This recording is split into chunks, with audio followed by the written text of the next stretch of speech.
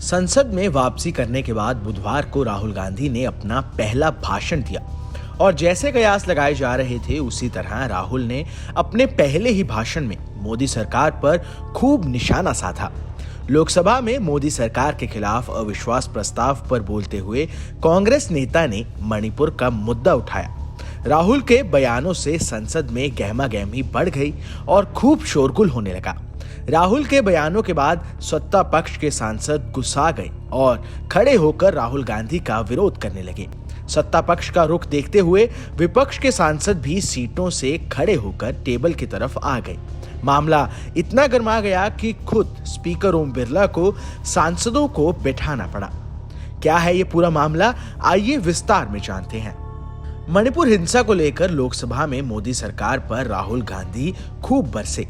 पूर्व कांग्रेस अध्यक्ष ने मणिपुर के हालात पर चिंता जताते हुए कहा कि बीजेपी की राजनीति ने मणिपुर में हिंदुस्तान और भारत माता का कत्ल कर दिया है। राहुल की इसी टिप्पणी पर तुरंत वार पलटवार का सिलसिला शुरू हो गया। सत्ता पक्ष के सांसद राहुल गांधी के बयान का विरोध करने लगे, तो वहीं विपक्षी सांसदों ने भी पूरी मजबूती से इसका सामना किया। राहुल गांधी ने इससे आगे कहा कि मणिपुर में जिस तरह लोगों को मारा गया है वो भारत माता की हत्या है। राहुल ने कहा कि मेरी एक माँ सोनिया गांधी यहाँ संसद में बैठी हैं और दूसरी माँ का आपने मणिपुर में मर्डर कर दिया है। इसके साथ ही राहुल गांधी ने मणिपुर के अपने दौरे के कुछ किस्से भी सुनाए। राहुल ने बताया कि जब मैं वहां गया था तब मैं 2 महिलाओं से मिला। उनमें से एक महिला ने मुझे बताया कि उनका एक ही बेटा था जो गोली लगने से मारा गया और वो पूरी रात उसकी लाश के साथ लेटी रही। राहुल ने यह भी कहा कि प्रधानमंत्री नरेंद्र मोदी एक बार भी मणिपुर नहीं गए हैं क्योंकि उनके लिए मणिपुर हिंदुस्तान नहीं है। राहुल ने कहा कि पीएम मोदी को देश की आवाज की चिंता नहीं है। उन्होंने कहा कि मोदी जी केवल 2 लोगों की आवाज सुनते हैं, वो अमित शाह और अडानी जी की बात करते हैं।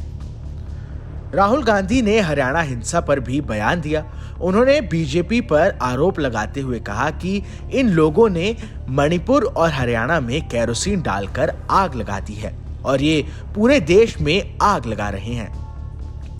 आपको बता दें कि पूरा विपक्ष मिलकर मोदी सरकार के खिलाफ अविश्वास प्रस्ताव लाया है, जिस पर लोकसभा में बहस चल रही है।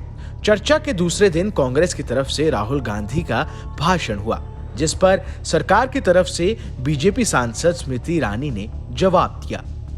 इस खबर में बस इतना ही। देश दुनिया की तमाम बड़ी खबरों के लिए देखते रहिए न्यूज़ नेशन का डिजिटल प्लेटफॉर्म।